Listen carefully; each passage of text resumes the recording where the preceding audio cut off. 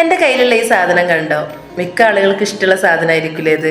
മാത്രമല്ല കുട്ടികൾക്കും നല്ല ഇഷ്ടമായിരിക്കും, എനിക്കും നല്ല ഇഷ്ടമായിരുന്നു. പക്ഷെ ഇനി മുതൽ ഞാൻ അത് കഴിക്കണ്ടെന്ന് വിചാരിച്ചു. കാരണം എന്താ അറിയോ, ഇന്ന് വൈകുന്നേരം ചായ കുടിച്ചപ്പോൾ നമ്മളിതൊന്ന് കഴിച്ചു നോക്കി. ആ സമയത്ത് ഇതിന് എന്തോ ഒരു ടേസ്റ്റ് മാറ്റം വന്നു. സാധാരണ നമ്മൾ കഴിക്കുന്നതിലും വ്യത്യസ്തമായിട്ടുള്ള ഒരു ടേസ്റ്റ് മാറ്റം. അപ്പൊ അതുകൊണ്ട് തന്നെ നമ്മളിതൊന്ന് കത്തിച്ച് നോക്കി. അപ്പൊ കത്തിച്ചപ്പോൾ എന്താ സംഭവിച്ചതെന്നൊന്ന് കണ്ടു നോക്കിട്ടോ. നോക്കൂ, നിങ്ങളിത് കത്തുന്നത് എത്ര വേഗത്തിലാണല്ലോ ഇത് കത്തുന്നത്. സാധാരണഗതിയിൽ ഒരു എണ്ണയാണെങ്കിൽ ഇത്ര വേഗത കത്തിപ്പിടിക്കുമെന്ന് തോന്നണില്ല. എന്തായാലും ഇതിൽ മണ്ണെണ്ണയുടേതോ അല്ലെങ്കിൽ ഏതോ പെട്രോളിയം ഉൽപ്പന്നത്തിന് ഒരു അംശം ഇതിലുണ്ടെന്നാ തോന്നുന്നത്. എന്തായാലും ഇത് പൂർണ്ണമായിട്ട് കത്താൻ നമ്മൾ അനുവദിച്ചിട്ടില്ല കേട്ടോ. മാത്രമല്ല ഇതിൽ നിന്ന് എണ്ണ ഊർന്ന് താഴേക്ക് വന്നിട്ടുണ്ട്. കാരണം ആദ്യം ഇതിലുള്ള പെട്രോളിയം ഉൽപ്പന്നം പെട്ടെന്നാണ് കത്തിപ്പോയതാണ്. അതിനുശേഷമാണ് ഈ എണ്ണ താഴോട്ട് ഊർന്ന് വന്നത്. അതാണ് നിങ്ങൾ ഈ കാണുന്നത് കേട്ടോ. എന്തായാലും ഇപ്പൊ വെളിച്ചെണ്ണക്ക് 1000-500 വില ഉണ്ടല്ലോ അല്ലെ. ഈ സന്ദർഭത്തിൽ ഇങ്ങനെയുള്ള ബേക്കറി ഐറ്റംസ് ഒന്നും കുട്ടികൾക്ക് കഴിയുന്നത് വാങ്ങി കൊടുക്കാതിരിക്കുക. കാരണം ഇതൊന്നും സസ്യ എണ്ണകളിലല്ല ഉണ്ടാക്കുന്നത്. ഇതെല്ലാം പെട്രോളിയം ഉൽപ്പന്നങ്ങൾ ഉപയോഗിച്ചിട്ടാണ് പൊരിച്ചെടുക്കുന്നത്.